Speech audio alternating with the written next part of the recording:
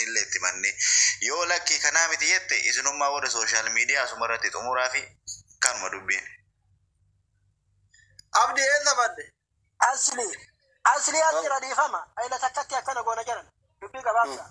Mujattii waan takka qofa gaafanna gurbaallee gaafanna gurbaa waan natti hin fakkaatu. Mujattii waan tokko qofa gaafanna. Mujattii. Mee warra Dubaay keessaa hin kennadhu yoo jechaan ka jiraattu taate. Jaarsa Dubaay keessaa jaarsummaa hin kennadhu. Kennadheenaa haadhaadhanii natti naa deebi'anii jechaa hin qabu yoo ka jettu taate. Nama bakka buufattu. Dubbii tana yeroo muraasaafillee haa taatu guyyaa takkaa fi gadi bu'anii ilaalanii oliin haa deebi'anii ati jaarsa ebaluun bakka buufadhe jedhiiti eenyuun bakka buufatta waan tana dubbadhu yoo kana taate malee dubbiin tun nu qaqaa jirti akka malee nu hidhaa jirti hidhama guddaa keessa seenaa jirra waan tana eenyuun bakka buufattee gadi buunee si ilaallee sitti hin deebine yoo akkas hin taane ta'e ammootu ammallee waluma qaquu ta'aa jira hawwiitiyya mee akkam jettaati waan kana. Hawwee maal jettaati? Achi haasaa dhiisi waan abdiin jedhu kana achirraa Muniir siifanii dhoofsifnee hawwiitiyya.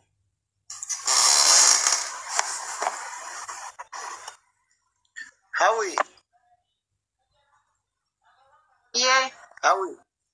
Waan warri nu Dubaay jedhu dhageette kun dubbii lafarratti ilaallee waan argine isinitti deebina.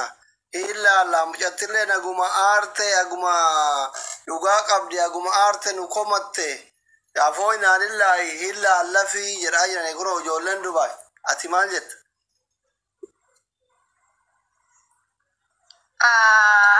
Heddullee isin dadhabsiiseera heddullee isin xaarseera hunda keessanuu dhiifama narraa ta'ati rakkotu nama rakkadhee isinitti amma tiyya dubbii jechuun. An fidee ijoollee Dubaayitti hin kennadhuun. Isinii galee fidee ijoollee Dubaayitti hin kennadhu. Anamma didee dubbii tiyyallee argeera. Haqa tiyyallee argeera. Milkiin illee kakachuu dide quraanaan hin kakadha ilmoo tiyya hin kakadhu naan jedheera. Dubbii tiyya allafatti hin buufadhu. Asuma Oromoon nallee hin gargaarinaati. Nattuu faana eebbisaa ganna dhiisaa. Nattuu faatii na eebbisaa ganna dhiisaa. Haqa kiyya hoo. Rabbi milkii irraa kutee guyyaa wayii ol baasee uummata Oromoo afoo akka arrakkadhee dhaabadhe rakkisee isa haa dhaabsisu. Tanuu fiti. Nan gargaari na Oromoon illee nama eebbisaa dadhabsiisa. Rabbii gadi nagaash milki. Wait. Asli na ergi takkatti. Kootu. Dubbadhu. Muniir kiyya obsi. Hawwi takkatti wanti gaafadhu qabaanini na eebbisaa ganna dhiisaa jechaan sirna ambaati miti. Sirnoomaaf namoomaaf kabaja arsoomaatiif as gubbaa teennee qaqabaan jirra malee siif jecha qaqamaa jirra malee hojii dhabneeti illee miti. Namni tokko gaafa nama dura dhaabatu nama dura taa'u dhugaa namaa arguufillee dhugaa namaa bakka itti dabde fuudhuufillee jaarsi akka itti ilaallatuun qaba bakka itti ilaallatu qaba. Haala tanaan akkamiin ilaalladhee dhugaa tanteessii arga jechaa bakka kana taa'aa jira. Akki akkanatti nu kun yoo dhugaa tante nu argisiisuun kan nutti ulfaatu taate. Damee ati matturraa akkaataa kanaan argachuu yoo kan nutti ulfaatu taate haala kamiin argadha jechaa si gaafataa jira. Sirna si gaafadhe anini. Sirna si gaafadhe kanaan bifa kanaan naa laala. Hoodhaa jaarsa kana jettee jirti hawwiin as keessa. Neetworkii baasuun ol.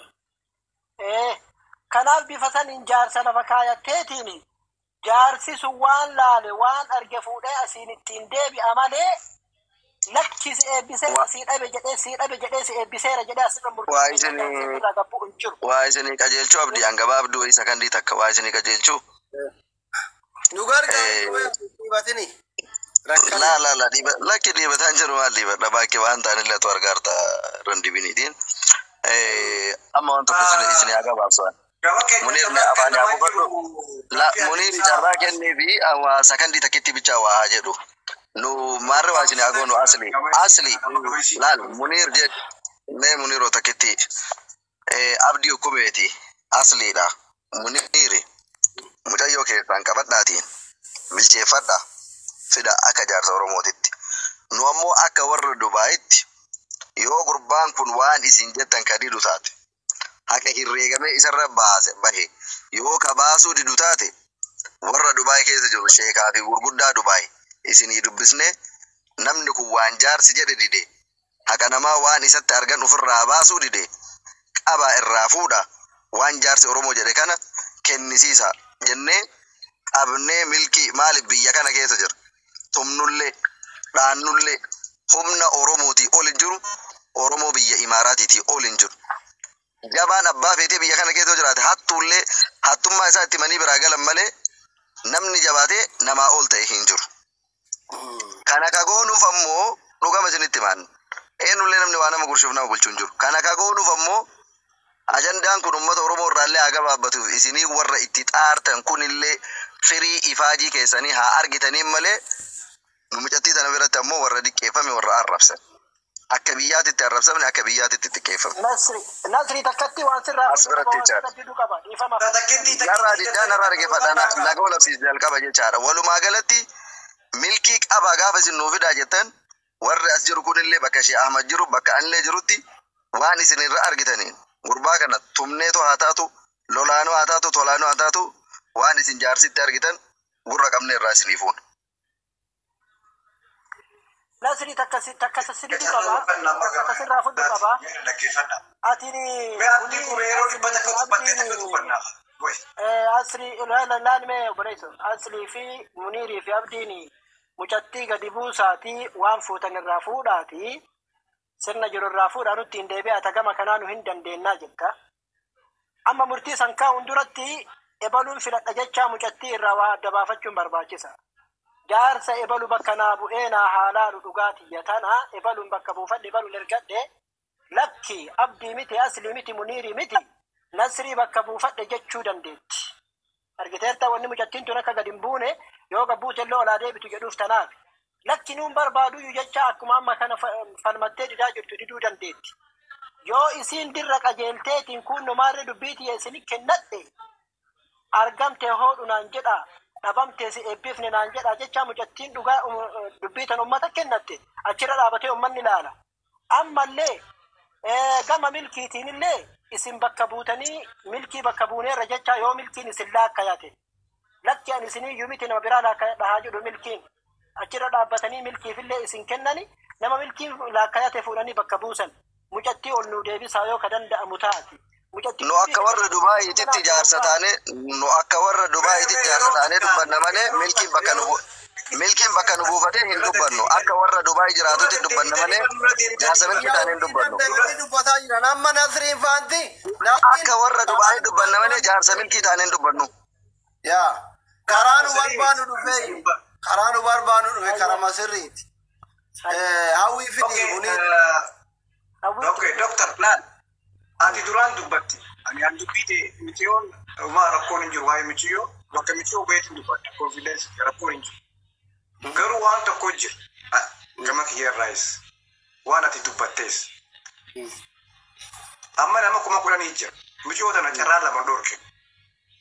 Akka atis jettee jirta. Ani yaada uummata keessaa yaada keetiin naati. Nasrii reefu hin turre dhiifama. Dubbii akkama dhufeeti lola seenee. Tokkoffaa Sheekh Ahmad nuti lafatti hin fudhannu je. Waan Sheekh Ahmad dide ati akkamii fudhatteedha tokkoffaan kan. Lammaffaa waan Nasriin jee jira. Nasrii wanni jee warri manguddummaa fudhattan maaliif nuti deebitaniidha? Maaliif nuti deebitaniidha? Namni kun adda facaanaan lamadan harkan. Isinummaan Nasriin faan Sheekh Ahmad faan yoo inni kati duutee michoota ni gargaarsistanii. Amma duraas isinii kan ni jene jirra. Achumaan dubbiin kotte. Eega lafa kotte jechuudha. Yoo inni waa irraa asuun jiru as jira malee. Injiru quban qabu eessaniif isin jaa. Amma sii deebisaa. Yoo wanta fudhattan Nasrii fi Sheekh Ahmad. Kunoon wanti nu dide mana keetii bantee nu gargaarsista. Yoo jenne sitti kanniin. Okay, inni bitan akkasitti. Lakki yoo hojjettu taate asitti waan inni jiru carraa guyyaa sadii kannineef. Rintiin nuuf hin kakanne. Natu bursiisi haa. Kanaaf hawaasni Oromoo kun yoo kabaju ta'e nama dila kana kabaju yoo ta'e warra gastii kabaju yoo ta'e nuuf haa kakatu kara gargaarsa haa ta'e. Si haa deebisu gaafii ati na gaafatte. Gaafii na gaafatte si haa deebisu. Xumuraan jirtu. Gaafii gabaabsii si deebisa gaafii na gaafatte.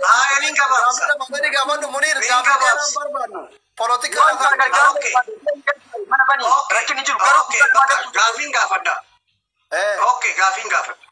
Gaafii feete na gaafadha. Nasrii sitti kannina. Kannina. Yoo Nasrii hojii waliin galle michoota ni gargaarsista. Itti gaafatamummaa fudhattee ni deemta. Takka. Kanuma barbaadda. Malee booda jechuudhaan. Jettee nuti asii deemsina. Raakuni xumuraa obboleessi jedhu. Wayi daqiiqaa dhibbata kaasuu. Milkii xaagaan seenin. Waan qabattee deemin. Milkii Nasrii nuuf danda'a maal gootaati? Milkii. Awwaan na gaafatan hin deebisaafi. Awwal shee yaa Muneer keenya. Dhiifa mallee naa godhi. Ani ilma Oromooti. Ilma Oromoo keessaallee ilma Arsiisi Koomandooti. Jaarsa jala guddadha obboleessa kiyya. Miidiyaa gubbaa deemee dubartii fi maalii walitti qabee hobobsaa ooluun hojii kiyyaa miti. Nama ilaaf ilaameedhaan biyya kana keessatti daangaa dabarree dubbii gumaallee nama dubbatee fixeeru. Sigalee har'a tarii isin waliin asteerota teennee wacuu fi caacaa jennuun tarii kiiloo namaallee gadi buusuu danda'a nama dubbiin beeynillee nama fakkeessuu danda'a.